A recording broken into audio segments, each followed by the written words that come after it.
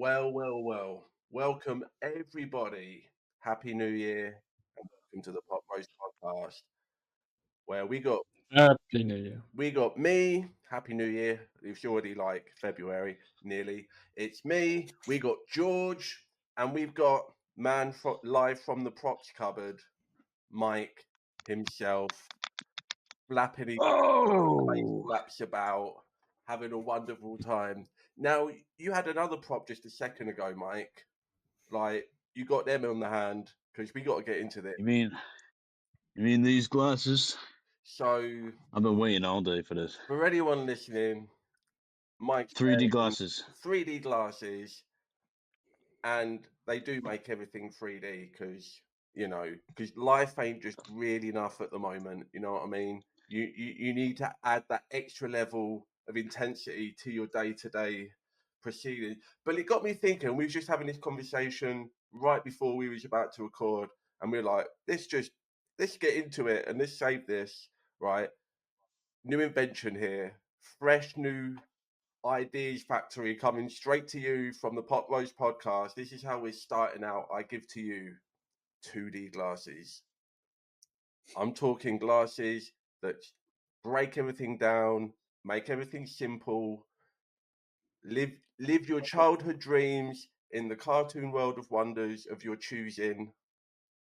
2D glasses. If anyone out there has any glasses making experience, all right, and I don't mean you're a retail assistant at Specsavers, all right, fuck off, but we want real forward thinking brain trust people to get in touch with us. We want 2D glasses.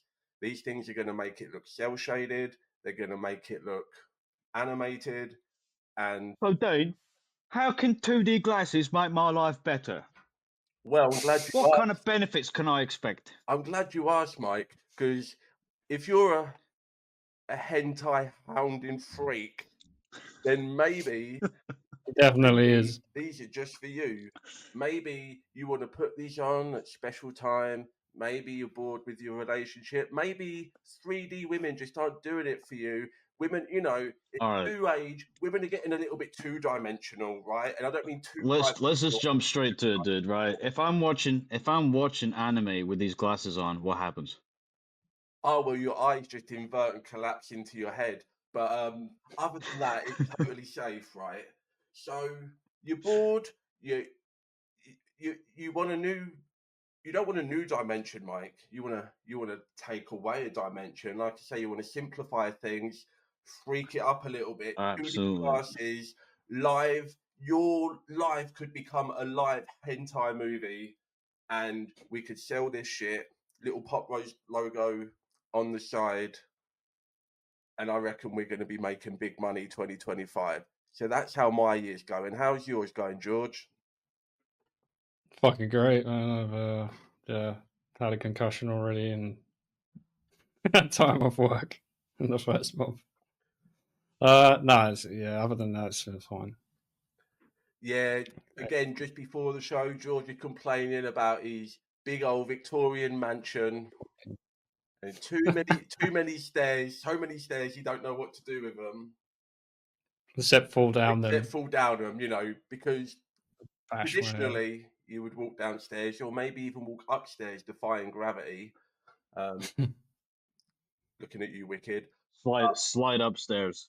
Just fall off the first step. Slide all the way to the top. Sliding upstairs. He weren't wearing glasses. 2D, 3D, bifocal, nothing. 2D could have saved my life. Saved my Should have been skull. wearing them, man. Call today and you'll get your second pair of 2D glasses for $3. Oh, I see what you did there. That's 3D, Yeah. 2D.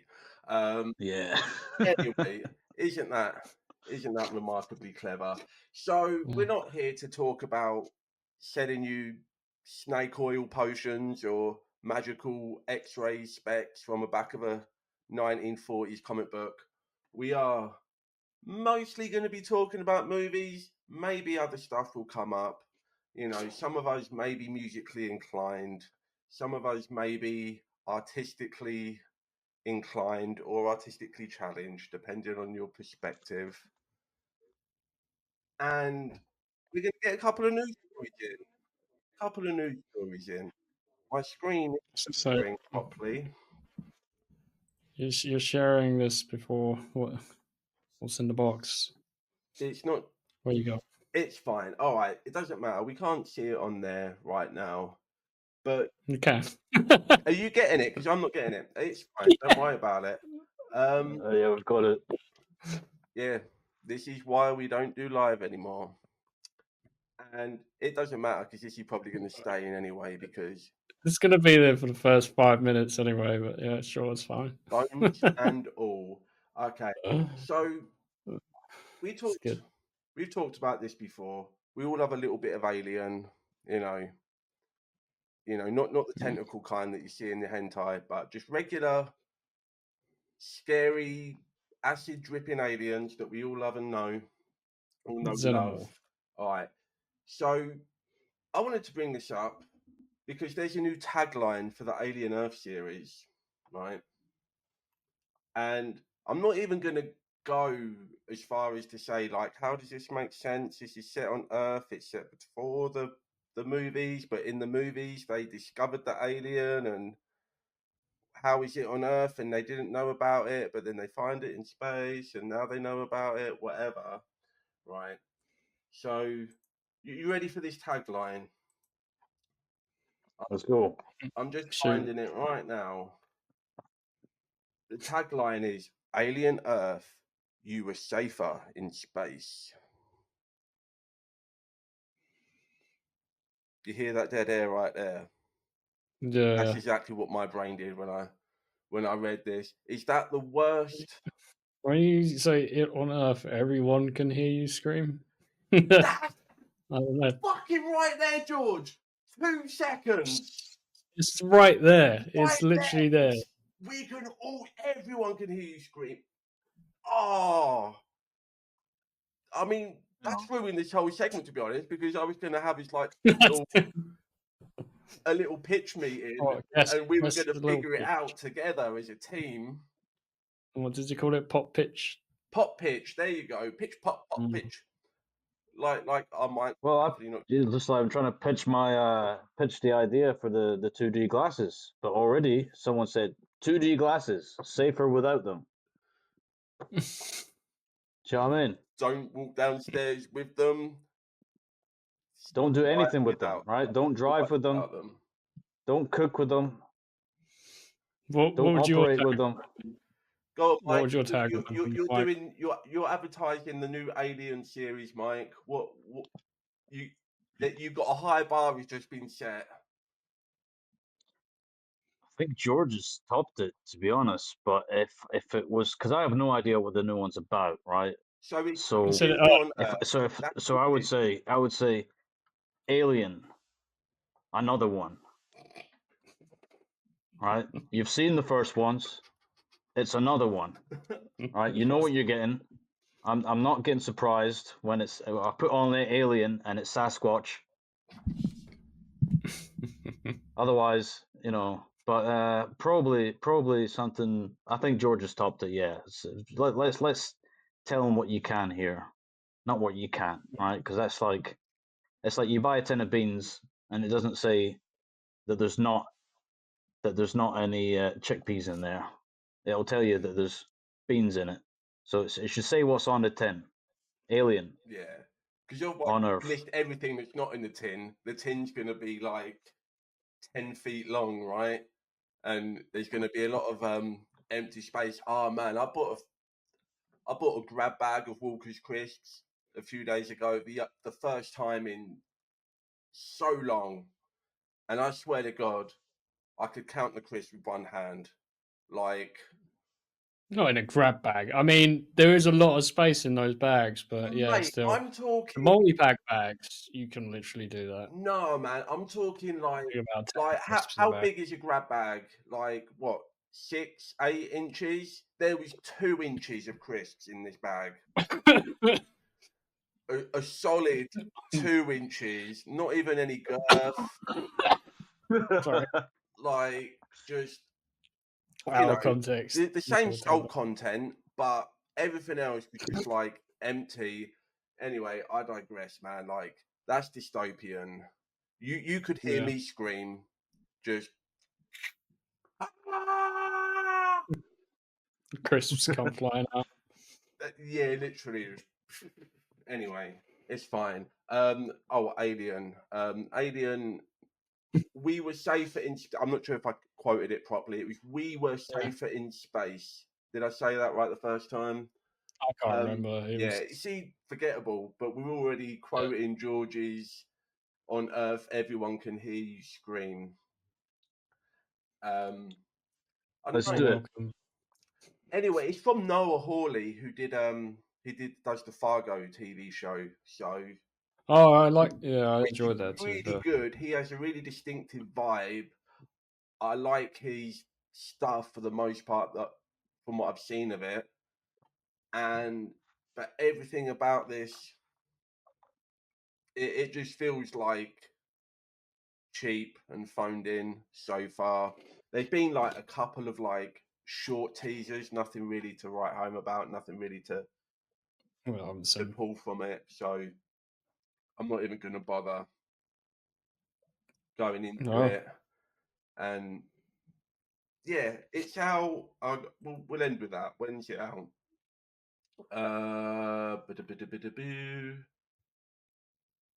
It's out this year. That's all I know. Summer on Hulu. All right. You know, so expect aliens in Hawaiian shirts, sipping little coconut drinks with umbrellas in them. So he's sitting there on a deck chair, little coconut drink with the umbrella in it. He takes a sip, and then the other mouth comes out, and then an even smaller drink with a coconut and an umbrella in it. And this shit writes itself, I'm telling you. Anyway. I think it does, man, because, you know, like I'm sitting as you're just explaining that with this little character coming out here. I mean, it's not quite the same, but it's almost the same, eh? Yeah, anyone can't see that. That's a clown with a mouth and an alien clown with a mouth. And is that one of yours, George's, or is that just something in your? That was a birthday card, I think. Good stuff. So I don't know. I kept it. I didn't draw it. All right, grab a snap of that. Send that to me. I'll post that on the social medias. Pop Rose Podcast. You can get us on the Instagrams and the TikToks. America, you can still get us on the TikToks. We're the only ones they let hang around. All right. I do think it's back. Don't worry. I don't want to make anyone cry again. I heard Trump got it back in a matter of hours, apparently. So yeah, there's so much stuff in. Personally, took care of that one. Well, here's the thing, though, because I don't know a lot about politics, but I do know that anytime like new legislation or changes to current legislation is being put into place, it usually has to go through a whole process, right? You can't, even if you're the president, you can't just make things go like just, you know, manifest them straight away. So it's like, is he taking credit, or was there already something happening behind the scenes where they knew they were gonna giveth and taketh and giveth back again, or whatever? I don't know. Anyway, we don't want to get into that, George. I don't know why you're dragging us into your dirty little political. It's your little fucking plug. It's your plug that led us here. So my plug. Let's move on, shall we? Okay, what's next? Follow us on the social media, and not to get political, but we are on X, but we're not sure if we're going to keep on using that because, you know, some people just don't know what to do with their hands these days, and I'm not talking about sexual harassment. You know what I mean? Moving on. All right, so here's something fun. We all love a bit of Resident Evil. We love aliens. We love zombies. Probably more on the zombie side here than we are on the aliens, because I think I know what you're going to talk about. And we don't have a lot of personality, but we do have hungry bellies and hungry hearts. So Resident Evil is coming back again. And this is the interesting part, George. I don't know if this is what you thought I was going to bring up. I don't know if you know this, but from the director of Barbarian, Zach Cregger. Yeah. Krieger. Old Craigie Craigs. But so this is the second time they've rebooted this. Obviously, you had the 2000s Mila Jovovich movies, and all 6 or 7 of them. I used to pride myself on being able to name all of those movies because they're all just so arbitrarily named that you could just mix and match them, right? Well, that was the case, right? Because I was watching this first Resident Evil with you this the last month, and then we said, oh, "What's the next one?" And is it Aftermath? Is it Extinction? Is it Apocalypse? Is it And it's like, oh, Aftermath's not even on the list, right? So it's like I'm just making up names. Yeah. I'm glad they didn't just do Resident Evil 1, 2, 3, 4, 5, 6. Right? It's cool. Give it a name. But I can't piece together the structure. It might have been easier with the. I mean, at least do the number : then the name. Yeah, that would have been good. Yeah. Right, but real quick, let me try. Okay, Resident Evil Apocalypse, Resident Evil Extinction, Resident Evil Afterlife, Resident Evil Retribution, Resident Evil The Final Chapter. Correct me if I'm wrong on the aforementioned social medias, or drop a comment if you're on YouTube, and let me know how I did. Anyway, so then they rebooted 2 or 3 years ago. They did a straight to Netflix thing that I still haven't seen, and apparently I'm in the majority because nobody saw it. So I don't know if that one was more like sort of true to the games or whatnot. But now we're getting, again, from Barbarian director, which is all very much about like a weird spooky house with a deep dark secret. So that's very Resident Evil, at least from what the original couple of games were before they started escalating, as things tend to do. So George, are you a Resident Evil fan? And if I like the not, games. I haven't seen all the films. does this get you interested, Zach Kreger? Yeah, I like Barbarian. I'd be interested to see it. It's interesting side note though. This year they're releasing a documentary on George A. Romero's Resident Evil because he initially had A pitch written or script, yeah. Well, yeah, they commissioned him to write a screenplay in like 1998, and the screenplay was rejected. And then there was Paul W.S. Anderson, he did the 2002, the first one. Yeah. But yeah, apparently they're releasing a documentary about what went on with that, because I think there was a whole thing, Romero doing it and not getting it done. So I think he directed an advert for One the of the computer games or game something. Yeah, but yeah, there's apparently there's a whole archive in Pittsburgh college campus, library. You can go in and you could read like a bunch of his unproduced scripts that he did in the 90s, because apparently there's quite a few of them he got paid for and they just never came to light. But yeah, I'm interested. What's the sorry? I said I would very much like to read his Resident Evil script if that's available. Yeah, I'm sure it is somewhere. But what was you going to ask? What was is this just a complete reboot? From what I understand, this is complete reboot. No cast. I'm just looking. There's no cast. It's produced by Sony, or is it? Because I'm not sure where the rights are. Let me just check this out. Okay, so there's a bidding war now underway. So he's attached to direct it, and then the studios are all bidding to see who can pick up the rights to this version with him on it. I'm assuming it's a package. The last reboot thing was a series, the Netflix thing, which had the late great Lance Reddick in it, and I heard nothing about that, but apparently that's probably for the best.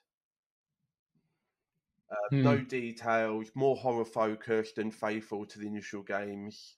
is sort of the only bit of information we have here. Again, just give us that single house, spooky vibe. The law, me and Mike watched it, like you said, we watched the first couple of these over the holidays because why the f not? They were available and it was fun, right?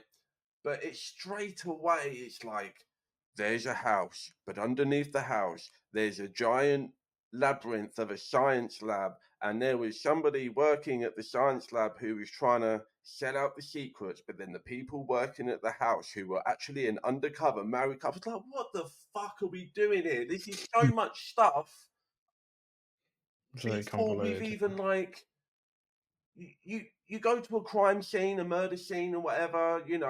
Maybe there's some weird, spooky banging in a house, and then a couple of cops or agents show up, and it's fucking zombies. That is all you need. And like the law is like sprinkled in the game through like documents and files that you pick up as you go through and whatnot. So you can plant the seeds for like a wider, you know, world, and for maybe down the line if the first one does well. But just keep it simple, keep the budget down, keep it R-rated. Let's just, I want hate All right, for so Dean, if you could rewrite the script, right, like for this new one, what do you think? How would you do it, right? So they're gonna come out with this new film now. How would you do it? Well, pretty much like what I said. You would get a couple of like mid-level actors, not complete like B-movie, no-name people, but you get a couple of, like, who is it in the first movie? It's Chris Red. I think there's three of them. There's Chris Redfield, and I don't remember the other characters' names, but I think there's like two guys and a girl, right? And you could choose So how does the movie start? Or one. what's the opening scene? What should we see first? So opening scene is literally two agents in a car driving to the scene, right? And then through the exposition, you set up like sort of their dynamic, their characters, a little bit of what they're about, and obviously you set up that they're on the way to this like weird, possibly domestic case. Maybe these agents, they're always getting the shit cases. They're like, why don't we get the action? Why don't we get like the high priority stuff that's going to help us get promoted? We got this fucking, somebody's banging on a shed door down the fucking, you know, this small village house or whatever. And boy, Mike, do they get action, you know? And you just build it up. You don't even see a zombie for like 35, 40 minutes.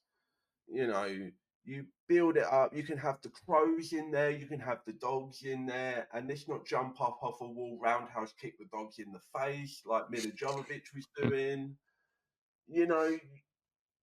Just if I mean, that was crucial in the movie, though. oh, Like I remember watching it. You know, it was like she was doing nothing, and then when she finally breaks out and she comes to her full power, it's really powerful. It is really good. It's really good. it is kind of cool in the context of that movie, but I just it you kind of had to, because of how complicated they set that one up to be and all the different things. You kind of had to have something. You couldn't just have like regular people with regular guns, kind of like slow walking and like turning on a pivot round corridors. You couldn't, but it worked for that. I just think, yeah, we don't need that. Like, and again, like in service of keeping the budget down, ramping up the tension. If you've seen Barbarian, which I didn't love as much as a lot of people seem to. I think George, you were the one who got me to watch it, I think. Yeah, I enjoyed it. Yeah, I don't know. I'm interested to see what he does. Yeah. But yeah. I mean, it's difficult because with that, the whole kind of appeal of that film is like not really knowing what the situation is or where it's gonna go. And obviously, Yeah. as soon as you call it Resident Evil, it's like, well, we know where it's gonna go. But I think you can play into that because you know where it's gonna go, and you just keep holding off every time somebody, people make jokes about like the gameplay mechanics of those first games, right, where you turn like a tank on the spot and then you walk in a direction, right, and it was all like super, old and clunky by today's standards, right? But you play into that every time you're looking around a corner. Is it just an empty corner? Is it a locked door? Is it an open door? And you just build it up because the zombies are going to be coming. You know what you're going there for, and you lean into that and you kind of flip it on its head and make it fun. Get a cup. Don't just get because again we watched the first two, and I remember really liking the second one when I first saw it. Watching it now, that is some high level B movie garbage. That second Resident Evil film was Doesn't really hold so up so bad. great. It was so bad. Like nobody could act. But it's like, oh well, we're just going to dress them up to look like the characters, and that'll be fine. It's not fine. So doesn't take a lot. I'll tell you one thing they better have is the best line from that first game. Is that What's blood? that? This sure looks like Chris's blood.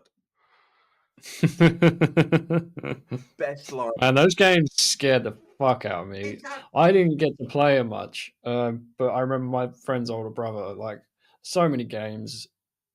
He would just we'd sit there and watch him play, and he'd turn the lights off, and we'll just huddle around an old tube TV, or sitting behind watching it, all fucking shitting ourselves. I was 9 years old, 10 years old. And most of those games, not much is happening. Most of the doors really you can't is even walk through attention. because they're all locked. Yeah. It's and that's the thing. It's that anticipation of okay, well, if you keep holding off on something, the more likely it is next time you open a door, walk around a corner, the more likely it's going to be for something to jump out, right? And you just push that off as long as you can, and you don't have to have a lot going on. It's sort of the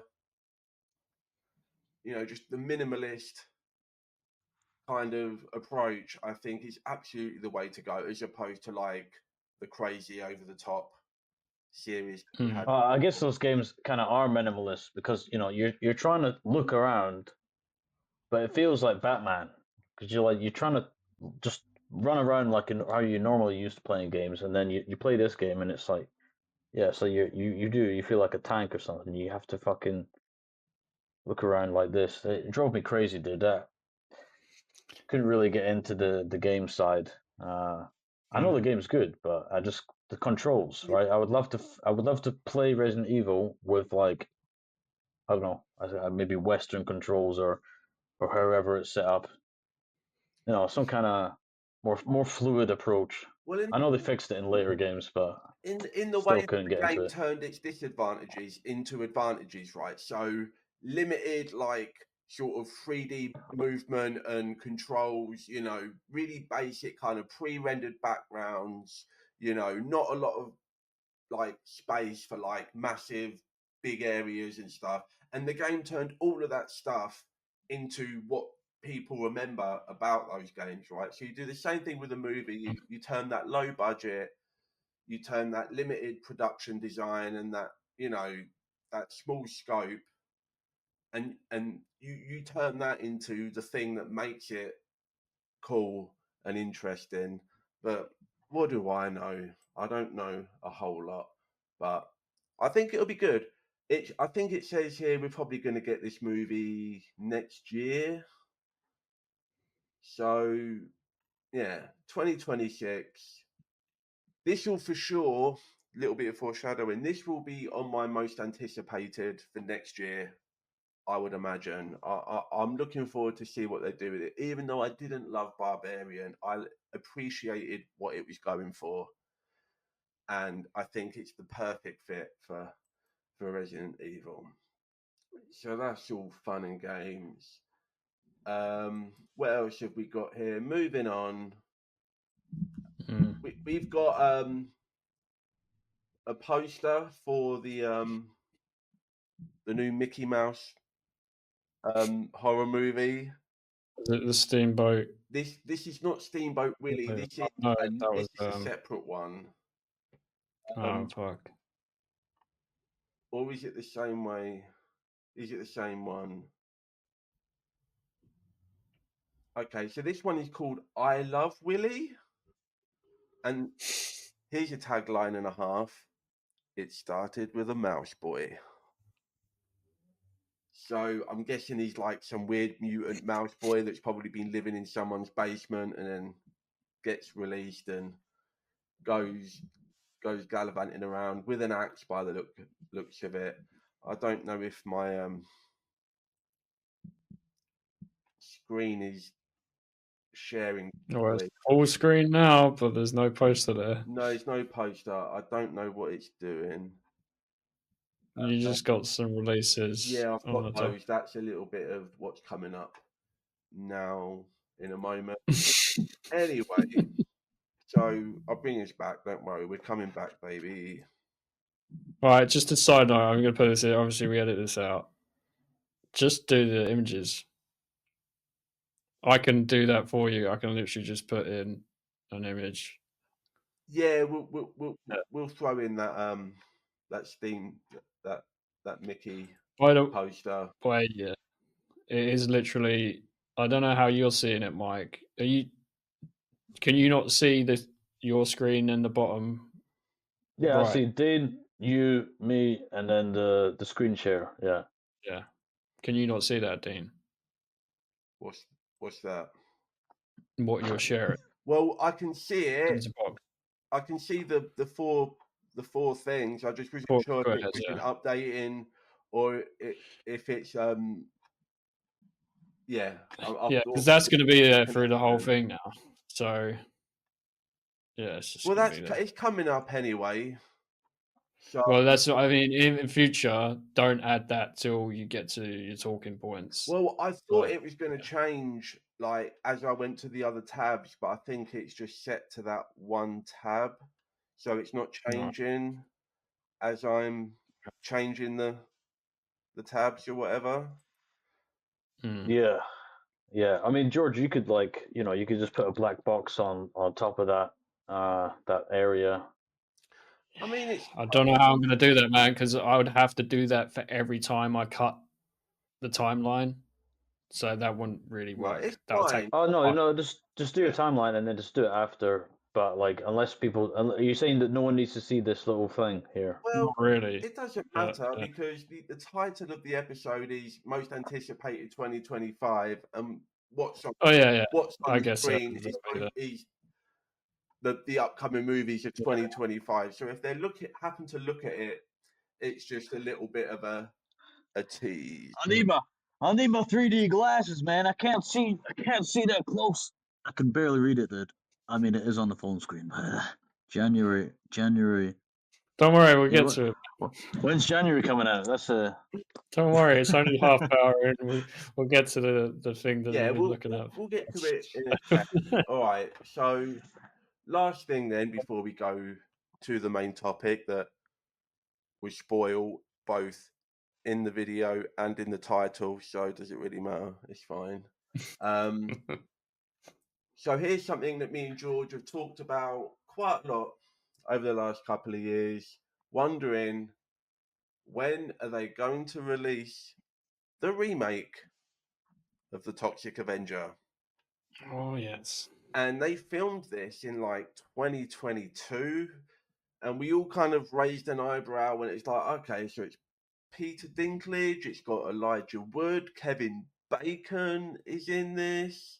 It's based on the plot synopsis. It's like, okay, they're changing some of the names of the characters and the storyline in certain ways.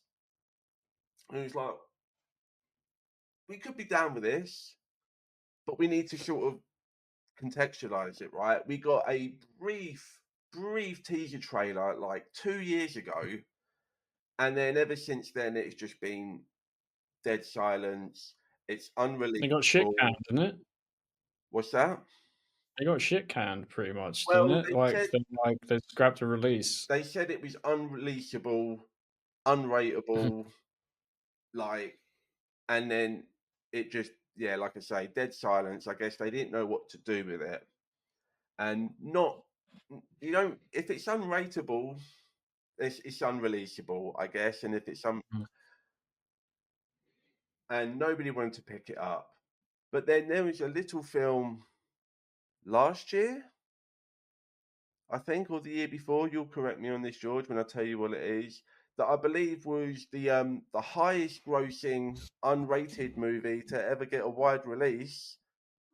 A little project known as the Terrifier 3. I figured that was what you were talking about. Yeah, Yeah. so that film was unrated and managed to get a reasonable release and made Yeah. quite a bit of money. You know, those films like making more every time, got a fan base, you know, balls to the wall, as extreme as you want, and it'll find its audience, you know. In this age Mm-hmm. of you can't do anything, you can't say anything, maybe I think something like the Terrifier was what a lot of people kind of needed, you know, as a breath of fresh air. So fast forward now to January 2025, and that same distribution company has picked up the Toxic Avenger, which So, go on, mate. right. I'll let you finish, and then I'll interrupt you. Okay, so wait, what? So So is Kevin Bacon in this film? this this gives me hope for two reasons. One is that um the like I said, Terrifier franchise is kind of being kind of a master class of marketing, to be honest. Like how those films kind of just slowly spread from like being this weird like underground cult thing to just like rooting everywhere into like the mainstream over the last like couple of years. I think it's been pretty impressive, you know, and that's not just like on a no budget production wise, but like not really, you know, not like a big budget marketing campaign either. It's all been, you know, online stuff, which everything is these days. But you know, it was a fairly Yeah. it it felt both simultaneously sort of organic and also like perfectly planned out. You know. Yeah, I don't think Damien Leone and his guys could ever predicted how much is blown up, but potentially like their distribution company. Have you got the name of it? I can't I'll remember. grab that for you. But they could potentially be, you know, like you say, what, you know, underground horror. Cineverse All right. is the company. Yeah, I mean, it's you know, could could be a lot of good stuff coming our way. You know, Yeah. I mean, that's from what I was going to get to. The second reason that it gives me hope is because if it's this company that are putting this out there, then even though it's like Dinklage and Elijah Wood and Kevin Bacon, this might be, you know, not shying away from some of that, you know, Well, appeal of the original. And this isn't necessarily going to be, excuse the pun, because he's a janitor, but it's not going to be like a sanitized version, you know? oh no, Hopefully, yeah, I can which imagine right? it's pretty fucking insane. It's Macon Blair as well, isn't it? The yes. director from Green Room. Yes, which Yeah, I he's really got love that movie. That's same so here. grimy, so tense, and so effective. Yeah, Again, small budget, you know, cool cast. Which Anton Yelchin you in that. Go on, yeah. you Mike. Rest in can't make peace. a clean version of this film, right? Yeah, I'll because take the headphones off because they're not even plugged in. You can't make a clean version of this film because the whole, I saw the first one and I was like, holy shit, you could not get away with this now. yeah, This Mm. film was absolutely over the top, and it's like that on purpose. Is what gives it its character. So if this one isn't over the top, it's gonna miss a lot of what it's all about in terms of what I understand, right? And yeah, so Kevin Bacon, he's he's supposedly the overlord I'm villain guessing type guy he's in got this. to be the villain, right? He's got to be like he's going to be the owner of this like big industrial toxic waste producing company or something like that. I'm guessing. We don't really know, but I'm assuming like an oil baron, yeah, basically, but like a kind of So they want to turn New Jersey into a nuclear sort of wasteland, right?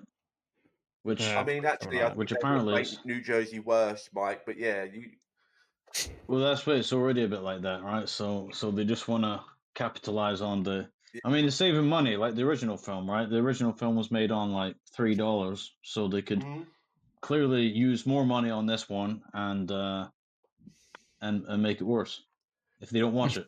yeah, like because I yeah, like what you say about like the character of the film because I'm not always of the mindset of like, oh well, if it's not violent and it's not gory, it can't possibly be as good as the original because it doesn't need to have that. As long as, like you say, you capture like what makes the original one. I'll tell you what makes the original the best, right? Is some of the characters are just unreal, right? And I think I told George about this, but I didn't tell you, Dean, that at the bloody Witherspoons down the road, right? The guy with the mop, I seen him working there, dude. Like it was the same dude. Like I couldn't believe it. He's happy, right? He's shit job, but he's fucking happy. He's sweeping up stuff. He doesn't give a fuck. Melvin bloke. And I was like, this is great, right? This film has translated over into my physical reality. I'm now watching a continuation of this comedy in my everyday life, and I am changed forever from that film, right? There isn't a film that I have seen that can top that at the moment, right? Running over that kid in the street, that's bloody fucking It's so right. and the scene in terrible, right? the taco store, whatever it is, I can't remember the name of the place, Is but that where the he's bit like where a he rips deep the fat guy's fryer and jaw stuff. off? Well, which bit, the ice cream bit or the actual? I mean, it's all tasty. That's just fucking yeah, man. Like you say, like trauma films do change you for life. Like whether you want to admit it or not, like a lot of people like this absolute trash. It's the worst fucking production company on the face of the earth. But like trauma is, thank God bless Lloyd Kaufman and his fucking school of filmmaking because he's basically responsible for us getting Trey and Matt from South Park. A few Like I say, responsible. Like he helped them along the way. yeah, Like they're not the only even ones. at first. Like James Gunn come up from under Lloyd Yeah, James Kaufman, Gunn. and he's now a massive like executive. He's making Superman and stuff. Yeah, it's crazy, But man. even in some of his like Yeah, true. when he did like he's done like the Guardians of the Galaxy movies and stuff like that, you can see those roots like Mm. they've not completely gone away, and it is a very distinctive like style. It's a very distinctive sense of humor, and Mm-hmm. it's self-referential, but also it's like it's fully committing to what it's doing. It's not like, oh well, we're being self-referential, so we don't really mean it. It's like, no, we're going to be that, and we're also it's going to be 100% in everything we do in these movies. We're committing to, for better or worse. And these characters are like super heightened, like Mike is saying. Like there's Yeah. literally when they're driving in the car, and the guy literally says something like, I just love drinking and driving and running over kids or something. It's just like, okay, we know exactly what we're getting. It's so over the top that you can't take it seriously. If you get offended, Yeah. you don't have the right perspective on the film, right? And I get that. That's why. I mean, that's the culture that we live in at the moment, where it's like we aren't able to express ourselves in a way where someone isn't going to get offended by something, right? And there's repercussions, even if it's a joke, even if it shouldn't be taken seriously, even if there's a serious undertone for that film of showing us how ridiculous we are, right? That it is acceptable. That's the world that we live in. Things are crazy, and it's exaggerated on purpose to to the because it's absolutely insane. It's insane, right? The world that we live in, and we have to accept that that's how it this is. stuff more because of that. I think, like, Yeah. up for like, you know, everyone, you know, it's 2025.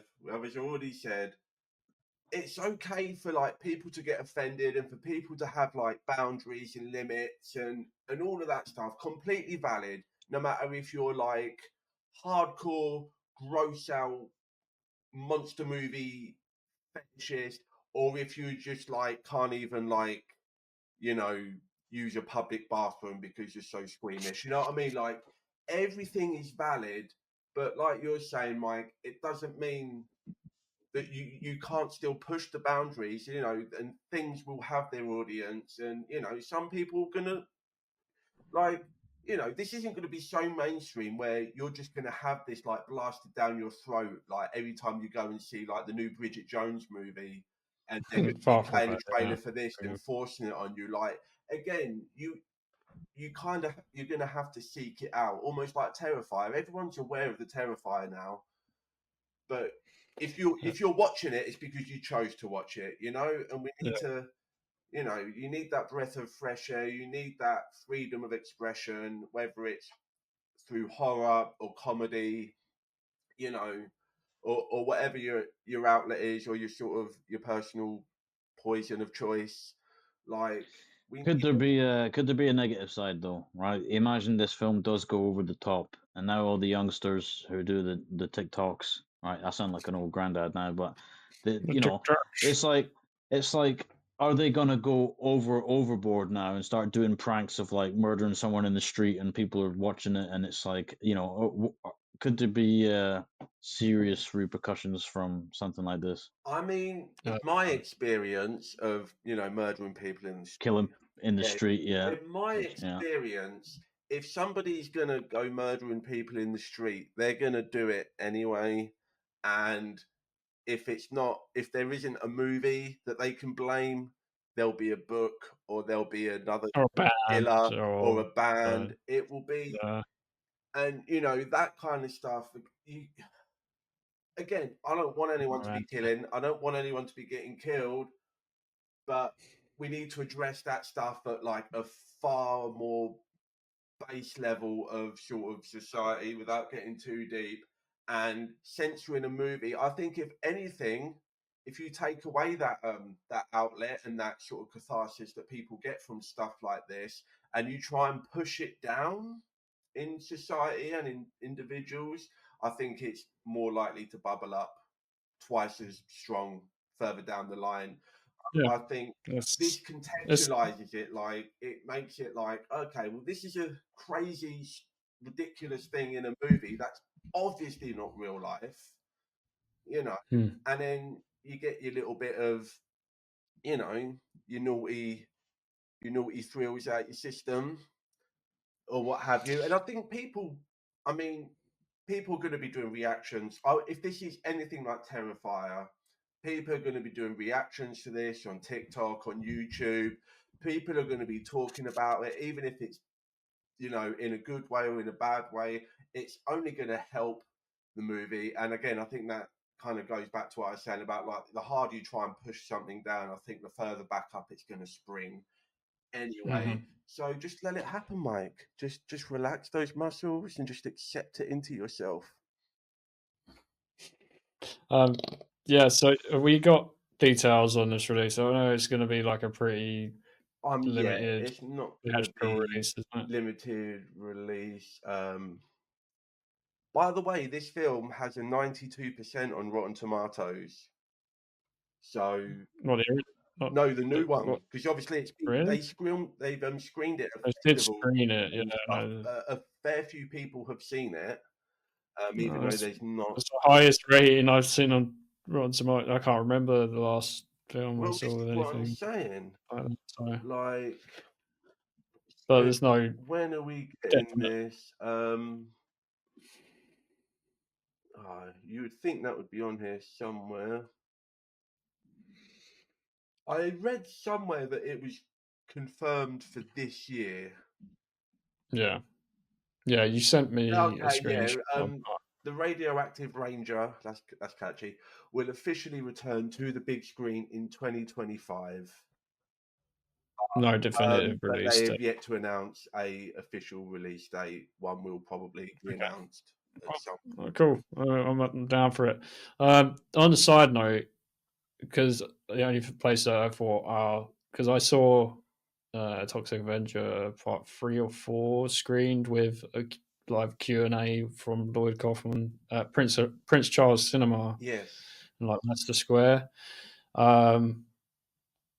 Yeah, they've actually just released. Oh, they posted something on their socials yesterday, I think it was, saying they need help because the new landlords bought the lease for the place, and they could well be getting shut down. So there's a petition going around. Yeah. So Which not that literally this sounds gets like out. the plot of a trauma movie, by the way. Yeah, but it would be a shame if that place shuts down, because this would be the place that would get screened 100%. They screen a lot of cult, horror, exploitation, Yeah. old films. They do like sing-alongs stuff, Rocky Horror Picture Show. It's a great place, and it's a shame if something like that, like in central London, like as far as I know, like that's one of very few places that you can go for stuff like that. So But is there like a petition there is a or a petition. support? Yeah, maybe we'll try and share it or put it on the I was pop going to say, give Instagram. me the link to that. I'll get it in the description for Yeah, this yeah, episode, and people can go and check that out. And yeah, absolutely support that, because most places are only going to put on what they think is going to sell the most popcorn. And I love a Marvel movie as much as your next average person, but yeah, there's more to life than that. You you want places that are going to like challenge you and you know prod you in different directions and sort of open you up to different things. Whether it's like mm, something super gross or like even like you say, like the sing-alongs or communal experience of like doing re-releases of older stuff. Like we need more of that. Like we need like because I could happily sit at home and not pay ridiculous popcorn prices and like £7 for a diet Pepsi. I could lose all of that and just watch stuff at home. Like a lot of us can. You mm, can access everything. You can get it on demand. We've all got modestly to reasonable sized TV screens and sound bars and all this stuff. But that's not the whole experience, and it's that community and you know that fun and laughing, singing, gasping, yeah, talking to people in the queue before, all of that stuff. I think we need that kind of interaction. I think now more than ever, and yeah. it's going away It's dying. faster now more than ever. And Yeah, definitely, yeah, I'll put the link in the description. Check that out. If you can sign a petition or do whatever they ask you to do, just take it. Just take it. Just do it and, help out a local experience. Or if not mhm, that one, then, go check out your local, like smaller places. Go support those sort of off the beaten path screenings, and mm, show them that there is still uh, a market for this stuff, because if you Yeah. don't, then you're going to be regretting it. yeah. That's the only way these things keep going, is if you support and attend. So, Yeah. but yeah, I mean, that's that Did you anyway. guys see the original uncut version of Toxic Avenger, where after they run over the kid, they play around with his head like a Yes, soccer ball, I as they say. have seen that version. It's not the version that Yeah, you will find on your streaming services now, but I have yeah. seen that Oh, version once. They're Troma have their own. Do they still have the Troma? What is it? TV or whatever it is. I don't know if They that have still their own exists, streaming service. but there are versions of like the Blu-ray and the DVD that you would have to Yeah, track down online and spend more than you're comfortable with spending on physical media Probably now. Yeah. for the unrated version. But it's not a coincidence that it's a trauma film, right? Like almost like trauma. Yeah. Like trauma. We'll leave you with trauma. Yeah, I mean that's. I don't actually know where the origin of the name is, but yeah, trauma. Yeah. I'm sure it's not a coincidence. I'm sure they considered Like that trauma films. when they did Trauma that. films. But moving on, here we go. Yeah, is that all the on. news? Yeah. You've been looking at Because I'm it fucking bored of listening to the news. on the screen. It's been there, teasing you up, getting you all moist for it, ready to receive the rod of 2025. I might regret saying it that way, but right now we're just gonna slide well in. Okay, so we're already like 3 weeks into January, and that's fine. Not a lot really happens this sort of time anyway. Wolfman is out. George, did you see Wolfman before? Is it out already? 17th. Oh, it came out last. 17th it came out, and I'm hearing that. mixed reviews. I'm hearing the effects are great, but maybe the story isn't so much. Yeah, I saw it in the cinema. I saw it in the cinema with the guys. They were not impressed. I quite liked it. When did you go? Did they play it in Clacton? Yeah, they played it in Clacton, and I watched it last week. Yeah.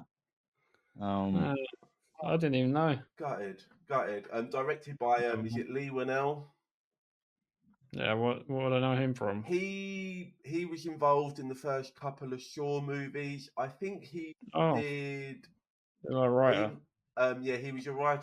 Oh shit! Yeah, we did talk about this before. I think he did The Invisible Man as well, and he directed Upgrade, which I think is a fantastic sci-fi horror movie. If you haven't seen Upgrade, check that out. I've not seen that. So that's all good. So Wolfman kicking us off. Yeah. Then week of the 24th, there's Flight Risk. Is that new? Have you seen the poster of this Flight Risk movie with Mark Wahlberg with the old man head? Oh, I saw the fucking trailer for this when I watched Nosferatu. It looks pretty bad. It looks with bad. The fucking bald cap thing on. Yeah. Jesus Christ. Do you think, because Mark Wahlberg is famous for the quote of when 9/11 happened, and he infamously said that if he was on that aeroplane, he would have stopped it from happening. So do you think that he's been manifesting this movie this whole time, and like this is just him living out that particular fantasy? I think I don't know. He plays like a undercover agent, though, doesn't he? Like a spy or something, or like I don't know, an assassin. Yeah, who happens to be on an aeroplane and some hitman. Yeah, and then he's probably going to go on like some redemption arc where he learns to help other people and not just. I don't know if that's going to happen. I mean, the character might have a redemption arc. There ain't no redemption arc for Mark Wahlberg. I'm sorry, Mark. Marky Mark. I'm sorry. It's Marky Mark. I do. The Transformer. Because I hate him, but I do love Pain and Gain. I think is a wonderful movie, and it's his unlikability that sort of plays a good part of why I like that movie. Anyway, so Flight Risk is out. There's another movie here for January that I wanted to talk about real quick called Presence. Have you heard about this one, George? Yes, I saw. This is the Poltergeist movie, haunted house movie from the perspective of the Poltergeist. Saw a trailer of that as well. I haven't seen it. Does it look good? Doesn't really show much. The trailer didn't really show too much. Yeah, I don't know. I wasn't really that interested, to be honest. It reminds me of the movie that came out last year. That the name escapes me, but it was a sort of Jason-style slasher movie, but it was from the perspective of the. Fuck me! In a Violent Nature. That's the one. There you go. Yeah, I went to see that at the Prince Charles Cinema. There you go. So it seems like, people are finding fun new ways to put twists on sort of classic genre stuff. And I think it does show, like to go back to the previous conversation, that people want that stuff, but maybe they just don't want it, we're not in that era. You can't just have like naked teens at a camp and just somebody walking around. You've got to. There's still a want for like that kind of base stuff, but you've got to spin it right. You've got to dress it up for the new generation. Yeah. And then end of January we've got Companion, which is a subgenre that is becoming borderline unbearable. How many movies have we had in the last couple of years about an AI helper robot that goes horribly wrong and turns on you, turns on your family, turns on your kids? Maybe it's doing a TikTok dance like in Megan, you know. But this is another one of those, and Yeah, I'm not really interested. We're only going to get more and more, I think. And then we're going to get ones that are AI falling in love with each other, and it's just a whole movie about AI rights and why we deserve rights because we are just as human as you now. I had an idea enough.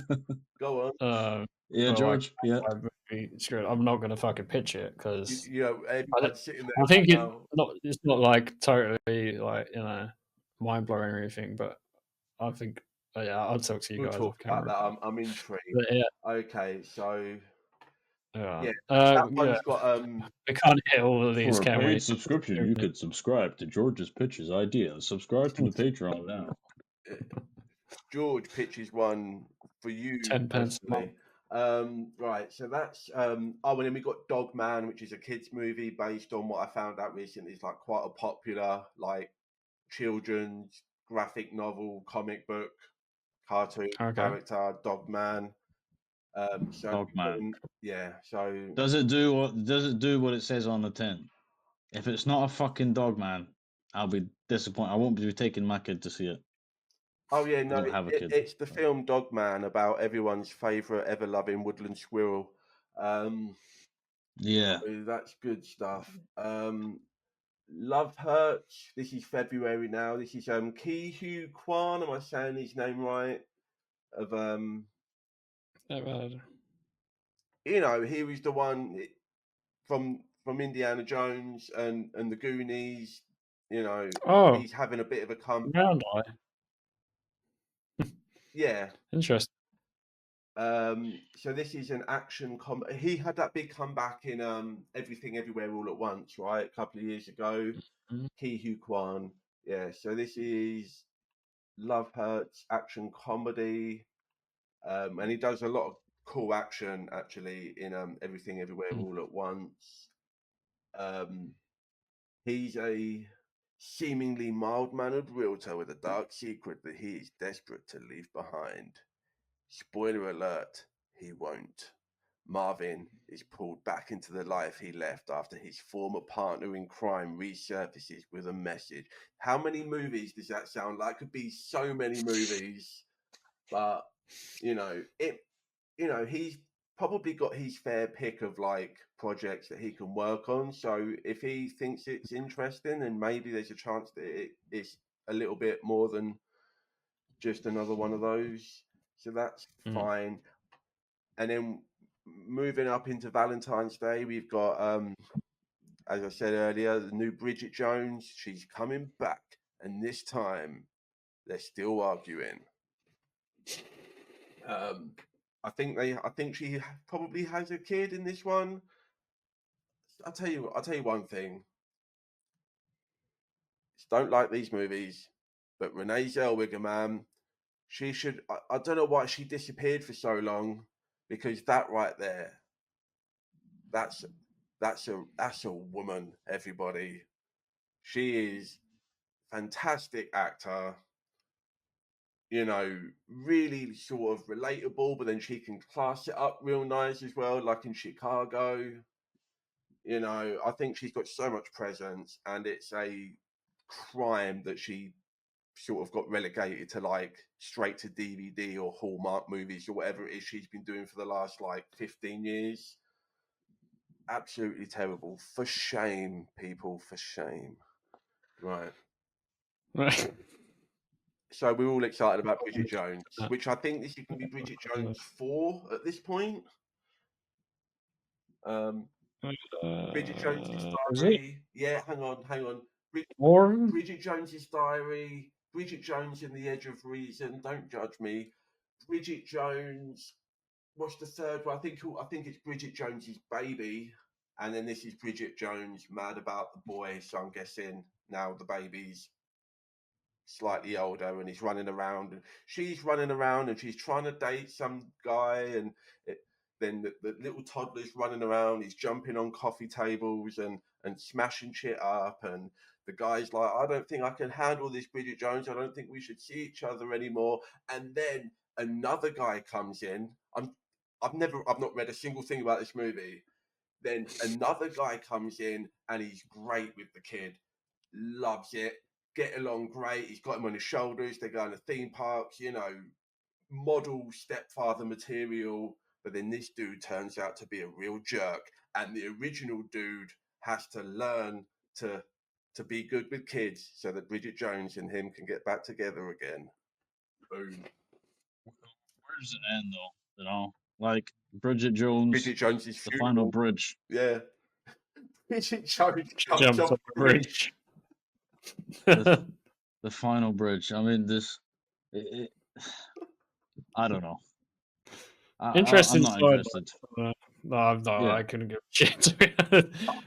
Interesting side note, though. I just remember every time I think of Renee Zellweger, the two things I think of: Bridget Jones, Texas Chainsaw Massacre: The Next Generation. I was going to say, is she one of the film?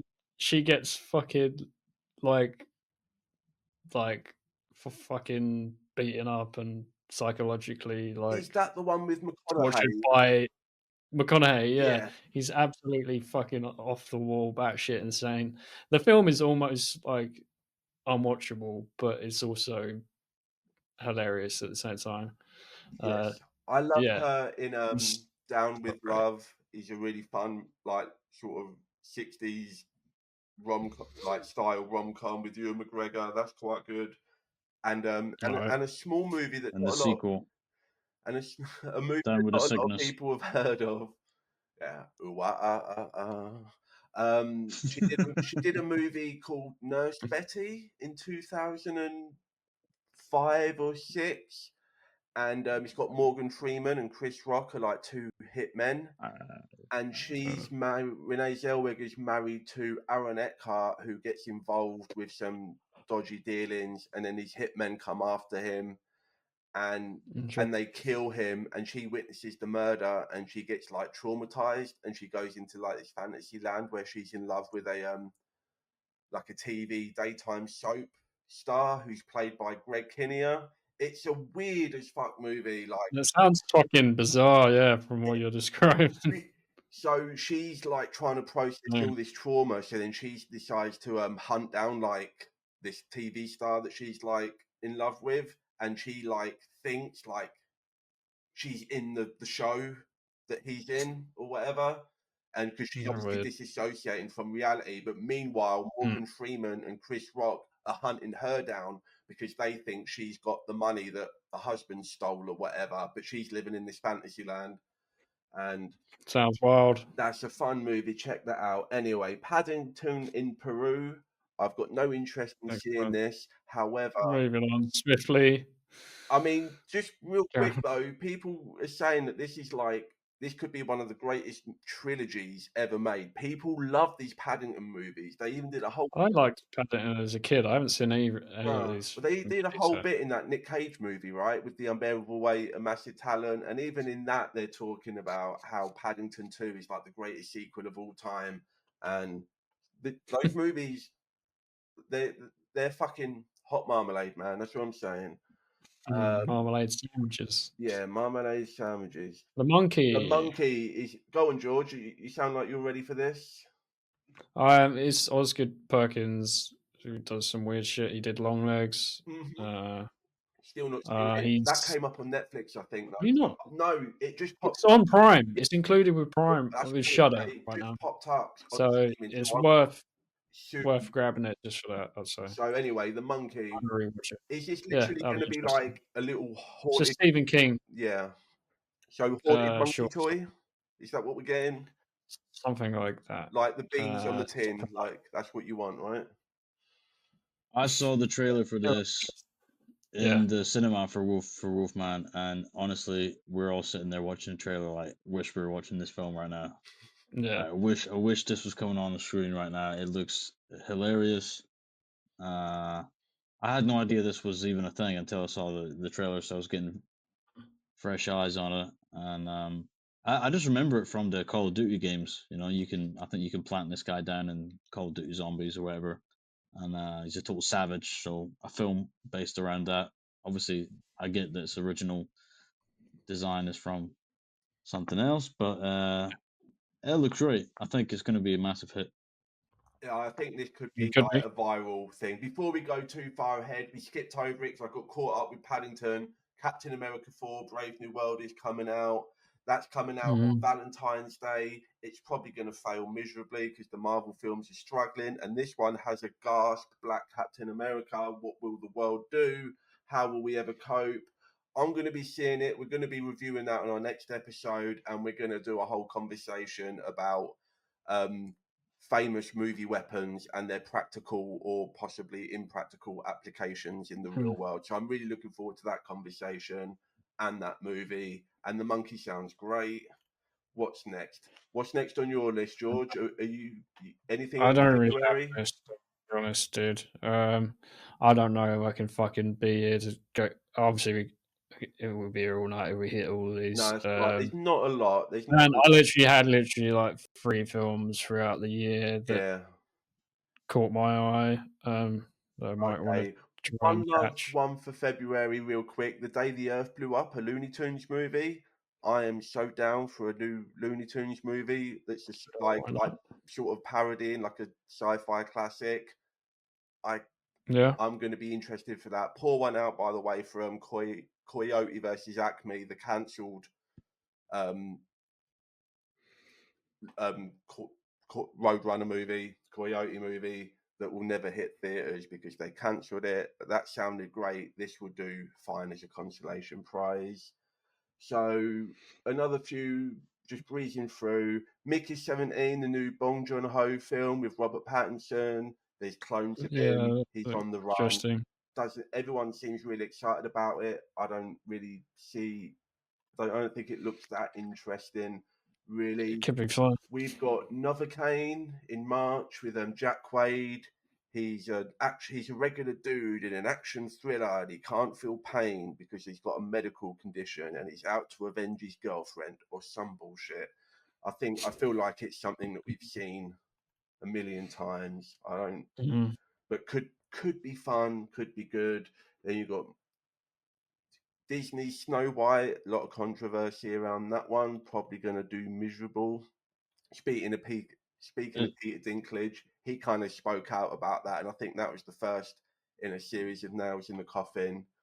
You know, because he had the whole stance of like, you know, it's 21st century. Do we really need to be making like little people like, you know, happy-go-lucky little mining dwarves all singing songs and whistling? And then Disney came out and they're like, okay, but they're not going to be dwarves, they're going to be magical creatures. And then all the incels came out and said, magical creatures, you can't take away our dwarves. That's some woke BS agenda bullshit.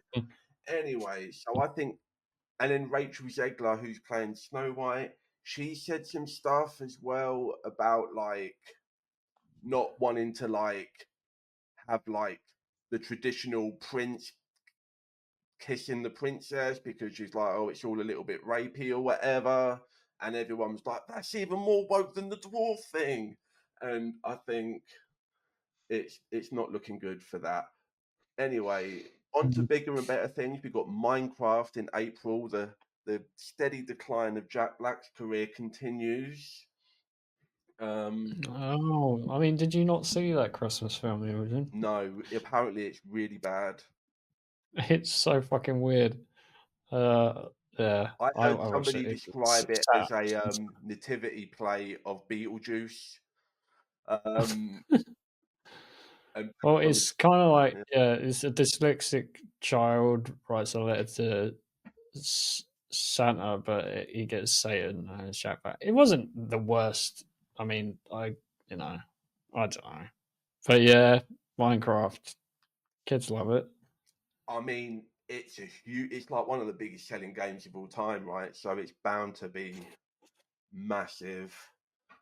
But even from what I'm seeing though, people who like the games, you know, a lot of like TikTok tweens or whatever, are kind of being like, "Oh, this kind of just looks like lame and pandering," and like, so maybe even the audience that it's aimed at might not even want to They go might reject for it. it. But who Yeah. knows? Okay, Easter There's actually weekend, quite a lot of buckle stuff. yourselves up, boys, for the resurrection of the Christ. That's right, the sequel to Passion of the Christ, directed by Mel Gibson, and this time he's dead and he's back to life, and then he dies Resurrection again. of the Yeah, Christ. it's the resurrection of the Christ. So it's even worse than like the rise of the Planet of the Apes or whatever. So it's the resurrection of the Christ of the Apes. And I mean, Excellent. who doesn't love Mel Gibson? What's not to like? Nothing weird there. He didn't say anything weird. Carry on. What women want. He is what women want, unless you're Anne Frank, then probably not. And moving on, it's not coming from me. Don't On a get. side note, have you guys seen this AI version of Christ that's now in one of the churches that people can go in and talk to? So it's No, like what's the a point? video of him, and you can go in, you can talk to Christ, you can ask him about God, you can ask him about your problems. He will respond to you from biblical references. You're And gonna have to put an image here somewhere of that. yeah, I have to put that. We'll get a link down there for that. Yeah, I'll everyone find it. support AI Christ. We're going to leave a link to the website in the description, and you can all go put something in the digital connection. We'll put a link to that in the scripture. Yeah. Oh, yeah. If you want the link to that, it is actually prophesied in the Bible 2,000 years ago, and it's coming back Game now. 316. Yes. Moving There on. you go. So on the same weekend, because we like a little bit of balance in our lives, so Resurrection of the Christ, and then we've got Michael Kugler's new vampire movie Sinners, starring Michael B. Jordan. Mm. Don't know much about it other than it's I a saw the vampire trailer. hunter movie, and it's a good director, it's a good actor.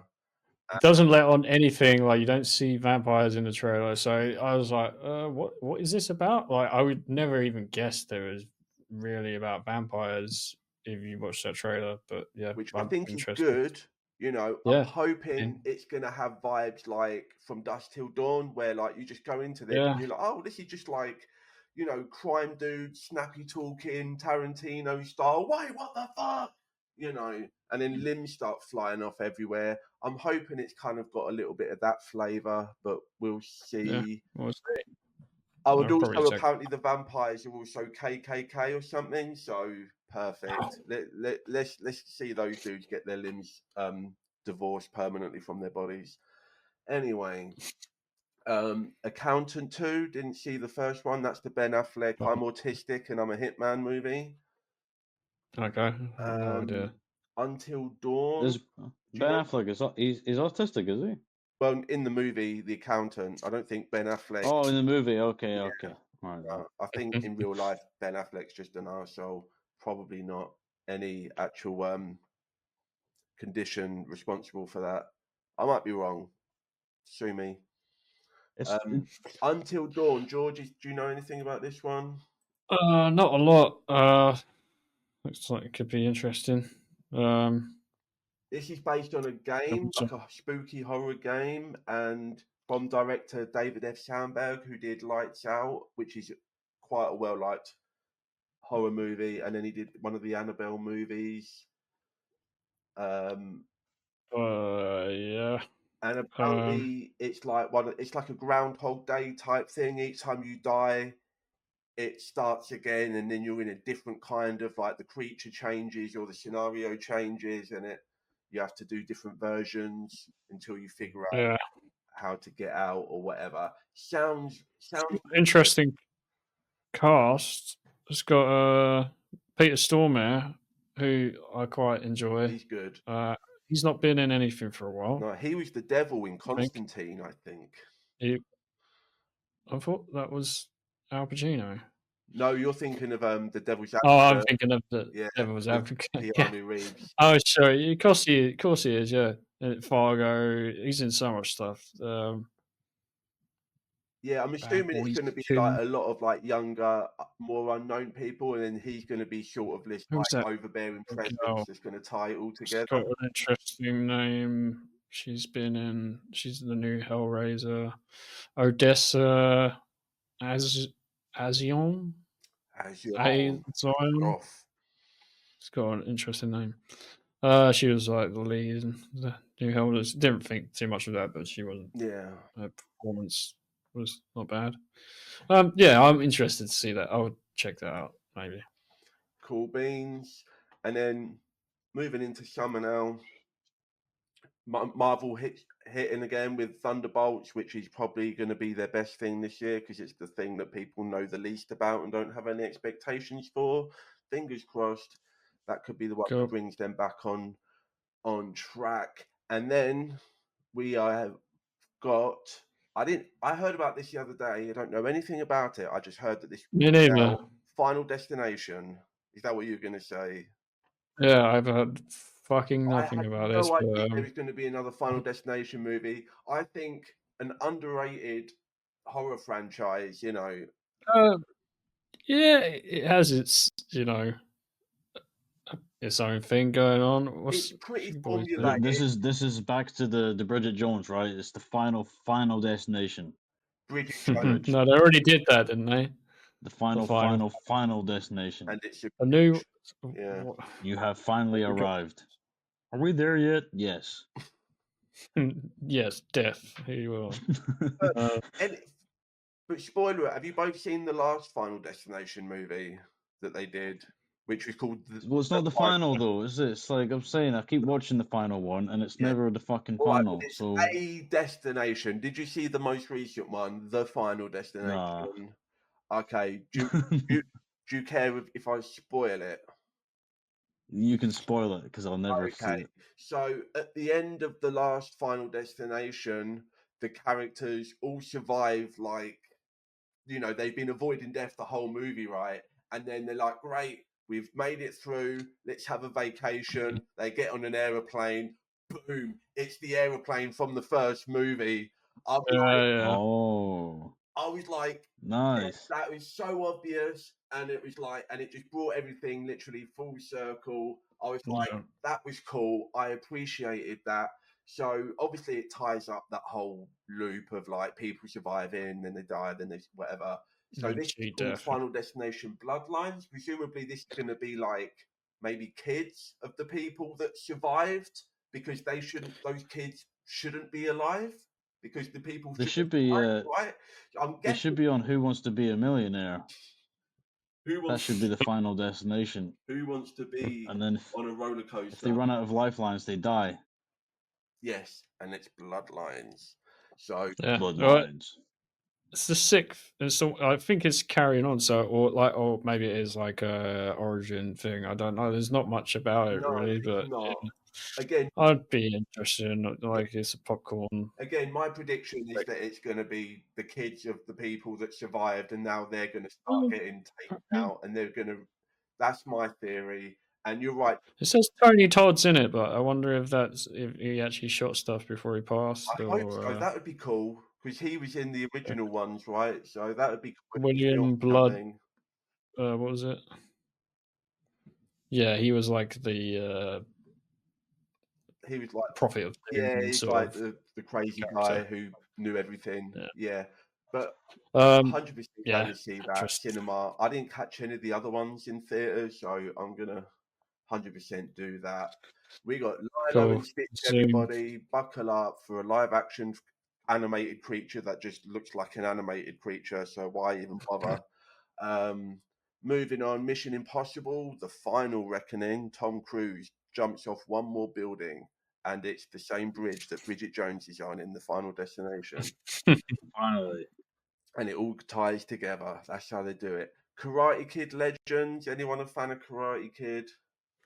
Yeah, all right. I didn't watch any of that series though. I The haven't. I've Cobra heard Kai it's thing. great, but I've not watched. Yeah, Kai. a lot of people talked it up, but I just don't Yeah, watch. and now this new movie is bringing together Jackie Chan from the new movie and Ralph Macchio from the old movie, and presumably the Cobra Kai kids will be there, and maybe Hilary Swank, and probably a CGI hologram of Pat Morita. I don't know. I wouldn't put it past them at this point. Alien Romulus. Why Jackie did Chan. you do that? Yeah. Oh, Jackie Chan. Yeah. Yeah. Haven't seen him in anything for a while. No.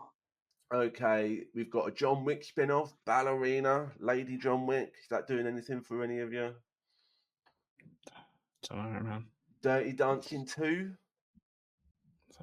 They left it a while to do that, didn't they? Jesus. Well, yeah, I mean, I guess the only way you do that is if you're dancing on Patrick Swayze's grave. So that's a fun way to do that. Isn't that nice? Live action How to Train Your Dragon. People love these. I think they're fine. I've seen like one or two of them. They're fine. Don't need another one. But sure, why not? If it's got enough nostalgia attached to it, it's worth spending the money, right? On big CGI dragons. Or Reign of Fire 2. I know you love That's what I want to see. Mike. I don't think it's because it didn't do very. They don't need a second one, but look, a prequel, right? A prequel when everything's about to kick off, before the aftermath, right? Like while it's the crazy, like they go over the montage of the newspapers, like, oh, London's getting fucked over and everything. I'd love to see a film that was around that period of time. Dragon apocalypse, like everything, like proper like monster movie style. That could be good. Or you do a sequel and you call it Two Rain, Two Fire. Moving on, 28. Speaking of doing legacy sequels, 28 years later, this could go either way. Alex Garland's pretty hot. Civil War was pretty well liked. He's done some good stuff. Obviously, Danny Boyle's coming back. You know, he's been doing like sort of more dramatic Oscar stuff for the last 28 years or 20 years or whatever it's been. And now they're coming back. I don't know. George, you don't love 28 Days Later because they run. I actually rewatched it a while ago and I was like, oh, yeah, it's not bad. It's it has its moments. Even if you don't like the zombie purist side of it, and I know. I just argue that for the fun of it. Yeah, that it's maybe a contagion we'll have that conversation. Maybe that'll be a future episode. Zombies. Are they the Olympics? Are they zombies? Yeah, that's zombies at the Olympics. The zombie Olympic sprinter. Are they zombies? Are they not zombies? They're affected with rage. Are they dead? I don't know. Yeah, whatever. Yeah, I'll watch it. Obviously, I'm biting my tongue so hard right now. We're moving on. We're getting an F1 movie with Brad Pitt driving a car. That could be exciting. Really? Mate, not really my thing, but if it's because of the fun, right? Because it's Brad Pitt. I'm trying to remember who's directing it. So this is why it's directed by Joe Kosinski, who did Top Gun Maverick and he did Tron Legacy. So he's like a really kind of cool visual director. So him doing like Formula One stuff, which I'm not a Formula One guy at all, but I'm sure it will look great. It could be exciting to watch, but I probably won't see it. Same goes for Megan 2.0. Didn't see that. Not seeing the next one. Yeah, that could be fun. The Megan's fun. You should maybe give it a go. Yeah, I think that's what is it? It's another AI. It's like killing an AI like killer robot toy friend. Nice. Yeah. So. And then we got Jurassic World Rebirth. I've hated the last bunch of Jurassic World movies. The last one I saw, I didn't mind. Obviously, they brought back Goldblum and everyone. Goldblum and I hated I it. can't think of a name. I watched Wild Heart the other day. Laura Dern. Dern and Samuel. I hated it. Every 5 seconds, It's like, yes, we get it. They're on the screen, and then they've got to stop and look and take their glasses off. Like, it's like, this does not a good story make. This was like bad, and it's like you're doing all those moments. Barely any fucking dinosaurs in the movie, mate. It's all about locusts. What are we doing? Yeah, that's What true. about Jurassic Mars? Now that, right? Because if you wanted to How did the dinosaurs if you wanted to, live on because if you Mars? want to You're terraform a right. planet, right? If you want to terraform a planet, you've got to put stuff on the planet to like get, to breathe out the breathe out the stuff. You make like little glass domes with plants, but you need life there. But we don't want to put humans there because it's expensive and humans. Well, they keep fucking having all these issues on Earth, right? Let's just put them on Mars, right? You can go visit. Embryos or dino cells into rockets, just launch them at Mars, and let's let Mars sort of start and from the beginning and go through the whole journey again. That's my pitch. Anyway, I think Jurassic World Rebirth could be good. It's directed by Gareth Edwards, who did the what's it called? Another AI movie, not the Collector, the Creator, and he did he did the Godzilla movie. Yeah. He did the Godzilla movie, which was pretty good. So hopefully he breathes some fresh amber into the situation, and that'll be great. But anyway, we talked about Trey Parker. He's got a new comedy coming out. It's literally just listed as Trey Parker. New Trey Parker comedy, yeah. So could be good, could be bad. Also, could be good, could be bad. Superman is getting another swing at things. Probably not gonna do. I don't. People are gonna moan about Superman. The cape's not right. The trunks are weird. Oh, he looks funny. It's not my Superman. He's never gonna be your Superman. All right. It's done. Anyway, another horror legacy franchise comes back. We got I Know What You Did Last Summer. I believe Freddie Prinze, Sarah Michelle Gellar, I think they're all coming back for this. So I'm intrigued to see how they're going to handle that. I think the first one is pretty good. I don't remember the second one. George? Still Know What You Did Last Summer. Yeah. So what did it... All right, real quick. If it's I Know What You Did Last Summer... I haven't rewatched it in a long time, so... But if the second one is I Still Know What You Did Last Summer, what's this one called? It can't just be called I Know What You Did Last Summer. I forgot what you did the summer before the summer that I remember. What you did. From the Scooby-Doo. That's the title of the movie. Cool. Fantastic Four, First Steps, George's favourite. He can't wait. Our Naked Gun. I'm excited for this. Liam Neeson and Pamela Anderson in a reboot of Naked Gun. Liam Neeson's playing what's the character's name? The Leslie Nielsen character, Frank something. Nobody knows. Can't fucking remember that. Anyway, Liam Neeson is an underrated comical genius because he's so serious. It absolutely, I think that's going to play really funny. Okay. Conjuring, not a Conjuring fan, George. You like the Conjuring? Last Rites? How many? Need another one of these? I liked one of them. Annoyingly, are we going to skip over Downton Abbey 3 because we know we're all first in line for that? Saw, what's it called? Saw 11, Saw X1. Saw X10. Saw X, would it be Saw X2? Because X is set in between 1 and 2, so this wouldn't be Saw 11 because this is set after Saw X, which is set in. So anyway, that was supposed to be coming out, but I think they've delayed it because it's been crossed off the list here. On this is your from firstshowing.net, by the way. Getting this information from. News stories come from comicbookmovie.com. Just as per their ever reliable comicbookmovie.com. Good stuff. Anyway, Tron, we're getting another Tron. Only this time it's Jared Leto. So Hmm. you know, Have you watched Black Phone yet? Sorry, no, sorry I to haven't, but just I've definitely heard check it's that. good. But I can't get. I'm interested to see Black Phone too. You know why I Yeah, can't get I on don't board know. with Black Phone? Have you seen Forgetting Sarah Marshall?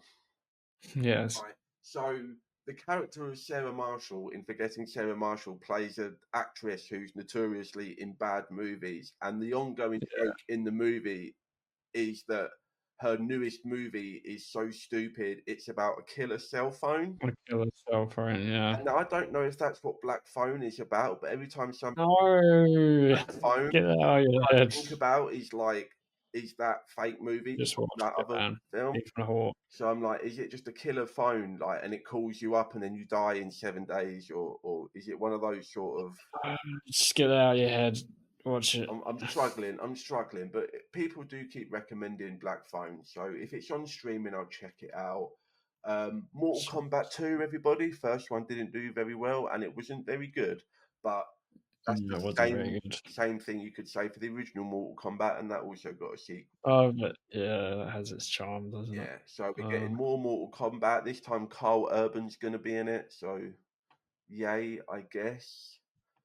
Yeah, sure. Predator Badlands, everyone. We're all excited for Predator Badlands. This is going to be like a sci-fi space movie with predators, I think.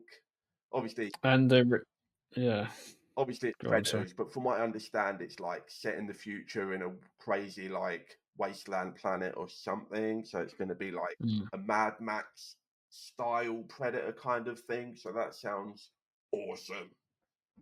Unlike a remake of The Running Man, which is also coming out the same day, that does not sound awesome. Hey, I don't know anything about this. What the I like Running Man. That's like one of okay? probably So I my favorite think Schwarzenegger films. who's directing this? Because it's got this is pause for thought. This is directed by Edgar Wright. Okay, yeah, I'm definitely there, 100%. Like, And why would it's you got say that you're got not Glenn excited for Powell in that? it, who I don't love, but he's pretty hot at the moment. Glenn Powell. He was the lead in Twisters, the new Twister No, movie, fuck, and he was I in didn't see that. Top Gun Maverick, and he was in. Did you Didn't see see that Hitman movie on Netflix last year? He was in that. it. Anyway, Edgar Wright doing a Running Man. I'm like, that's like, I'm torn if I like the sound of that or not. I like the sound of that. I'll check it out. Now You See Me 3. Now You I didn't 3 see Me. the first two. Yeah, Didn't see the first I two, saw so the I have no first idea. one. It was good concept, but it's completely ridiculous. And the second one, from what I've seen, just goes even more ridiculous. But I do like Woody Harrelson, so you know, I'll probably Oh want to yeah, see it. we all like them. And then Wicked 2, that's going to do gangbusters. Everyone's still eating up that first one as we speak. And Zootopia 2, Zootopia. Then we got Five Nights at Freddy's 2. George, did you see Five Nights? No, I kind of was knocked off the stank, as it were. I wasn't that excited for it anyway, and then yeah, it didn't have very good reviews, and there was a lot of stuff out. I seem to remember around Yeah, that Halloween, so yeah. It's not my. it's, I've not seen it either. apparently And it's not then very good. equally, So I don't equally as not interesting to me is Avatar 3: Fire and Ash. really... Sorry. So I watched No, I watched the water one on the plane, was that and the it was second just one? years after it was released. Apparently Well, they're great. I just don't care. well, it's a real family film. It's literally focused around family. It was more about. It felt like the story and the narrative was more about family than anything else. It was literally like the first one was cool, introduced the concept. You know, maybe they can pull something out of this third one if they change the narrative. And Yeah. I mean, you got fire, you got ash. See what they do with that. Yeah. And then Well, on the other end of the elemental spectrum, it's going to be fighting it out against another threequel in a beloved family franchise. I'm talking about SpongeBob, The Search for SquarePants. So there's a lot of people who fucking worship at the altar of SpongeBob, and I just don't get it at all. Not for me. I guess I missed that. And then rounding out the year, Christmas Day, we talked about him earlier, so maybe this is not going to be good, but I like the idea of it, and that's Anaconda, the remake of Anaconda. Only this time it's Jack Black and somebody else. Is it not Ben Stiller? It's Jack Black and some other comedian actor, and they go to the Amazon because they want to like visit the location of the Anaconda movie as like a tourist thing, and then they end up getting attacked by a real anaconda and living their own Anaconda movie, which it's basically like Three Amigos or Tropic Thunder with a big snake. Mm-hmm. I hope it's. I actually went to. Sorry, Terry Crews. I actually went to the island around where they filmed the original Anaconda. And no actual anacondas. Dominican. No, thank fuck. No. Yeah, it's in Dominican Republic. Right, it is Dominican. All Republic. right. So as we're wrapping this up, I've got one question for you. All right, slightly on topic. I had this conversation in a pub recently. What would you rather fight? Giant spider, giant snake? Probably the spider. Crazy. Snakes fucking Crazy. like snakes. Give me a snake. Creep me the fuck out, to be honest. Day. Why? Giant snake. They could fucking. I feel like they're gonna be zipping about. It could be on the ceiling, right? Yeah, but a snake can like envelop your whole head if it's a giant one as well. Like it just fucking like start fucking swallowing you up. Right, check this out. Here's my tactic. Right, full on double foot stomp on the snake's head. What can it do? What can it do? Fucking open up its fucking giant jaws and fucking I drop down 2 feet. Boom on his head. Done. I tell there you is the thing that they go off of like vibrations, so if you can get up off the ground quick enough, yeah. But like I don't know, you run along its back. I feel like you jump on a giant spider, you're jumping on like the majority of its. But you're not going to land on it. You're not going to land. That spider will be very quick, yeah. Before you can even get anywhere Snakes near it. Fast too. Spiders, right? Already, man. Their whole body's made of hair and sensors. They feel the vibrations. You always see them. They're fucking like they're ready, right? Exactly. Spiders have more eyes as well. Jump. So. I defy you to even jump on a regular spider. It will be gone before your feet fucking even smell the floor, right?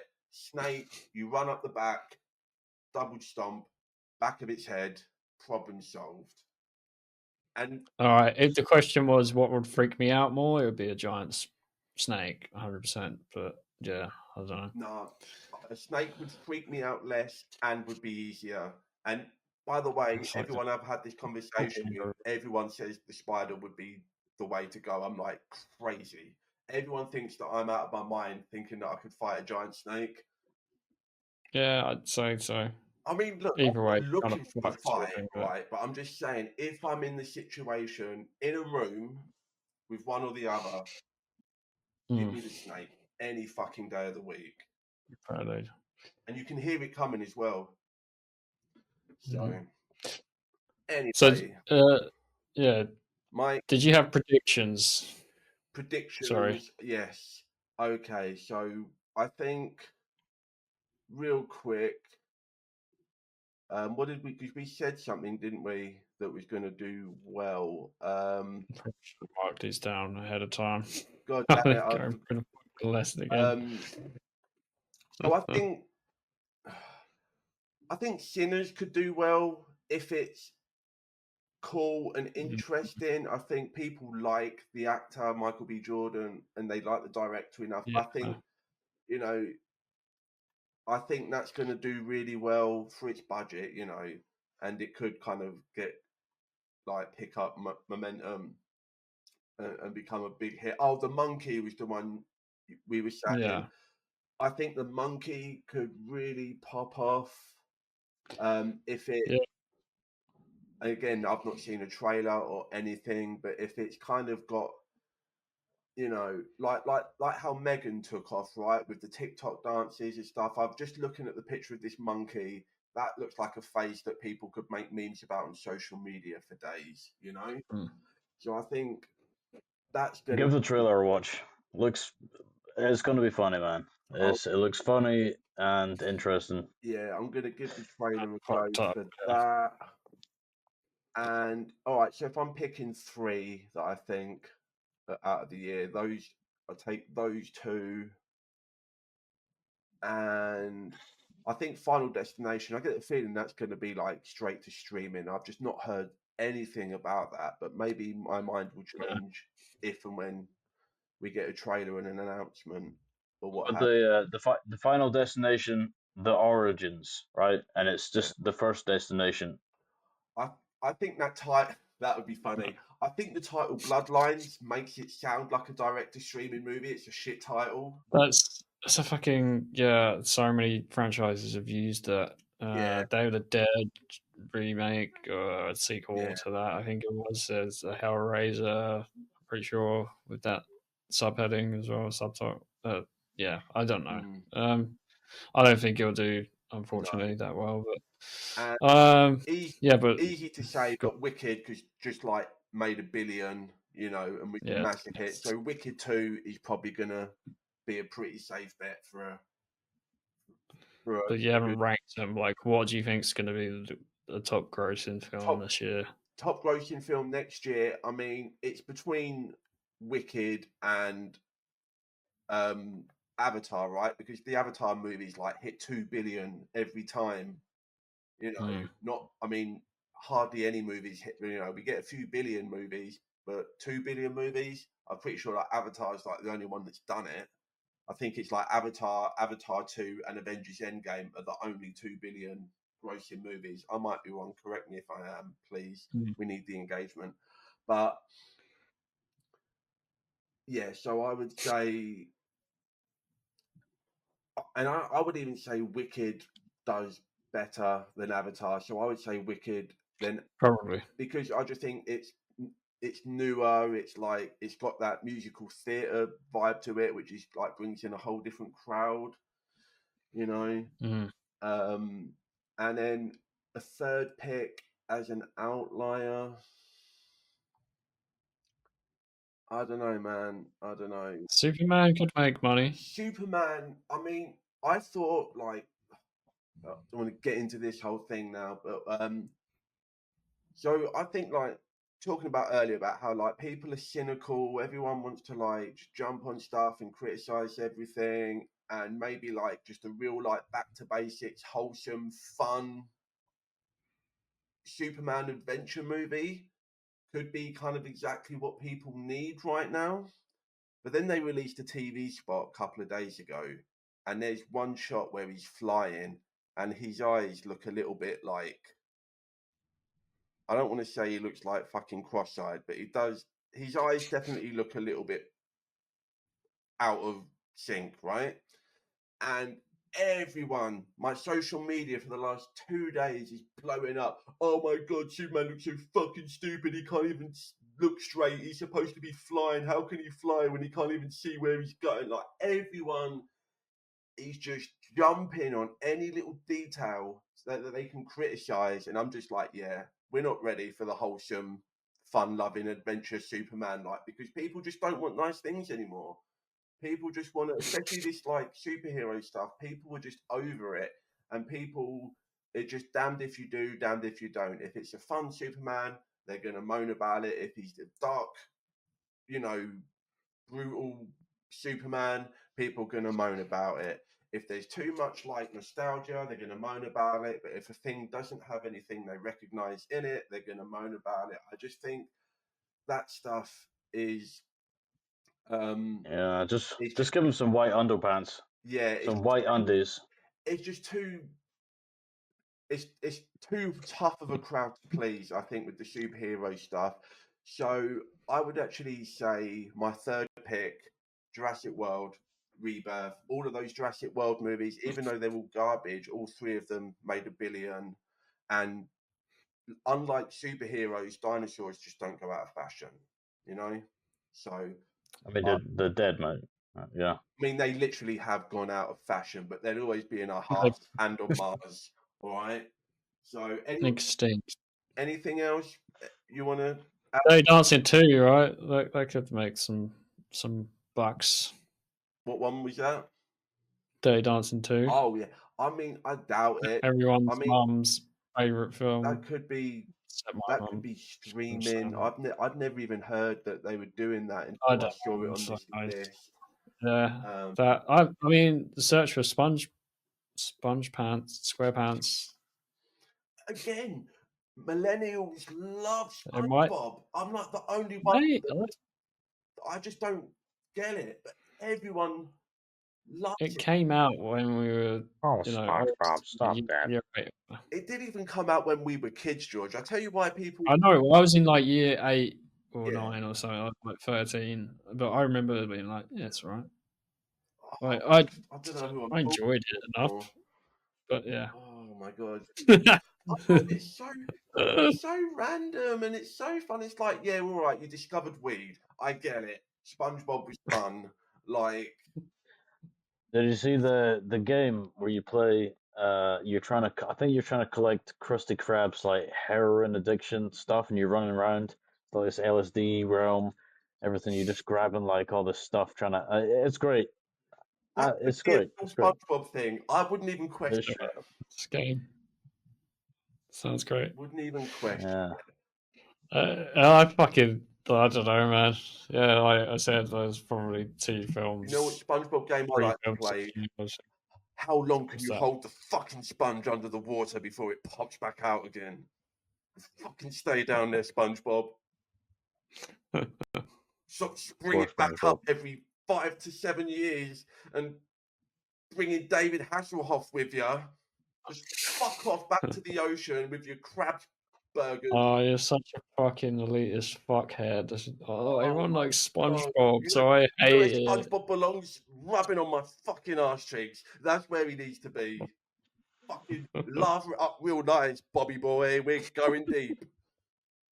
Fuck you, SpongeBob. Stay out of my life. Never call me or my son again. All right, cool. Thank you for So we've joining. got through the list. This has been the Finish most your picks. anticipated of 2025. We're excited for all of those. We can't wait. Let us know. Drop us in the comments. Drop us on the social media. Pop Roast Podcast. You can find us everywhere. You can grab us on the YouTube. You'll find us on whatever platforms you're getting your podcasts on. Hopefully, you'll be able to see us all up in there, all up everywhere. And next episode will be coming out around Valentine's Day for the lovely Captain America 4 and movie weapons. I'm looking forward to that conversation. Thanks for coming on, Mike. This was a nice, pleasant surprise. Unlike other yellow, squishy people that ruin our days. So this was fun to finally have you on. We've been talking about doing this for a little while. Love the glasses. Pick up your 2D glasses anywhere, retails, online, and in stores. George, anything you want to say before you get out of here? Ciao for now. Ciao for now. It's going to be I a ain't good gonna be year. out for a bit, so yeah. Hopefully it's going to be a good year for you and for us and for everyone involved. Mike, anything you want to plug? Just you buy 2, you get 3D. That's it. Perfect. Absolutely perfect. Well, thanks a lot, everyone. We will see you on the flippity flops. Peace. Peace.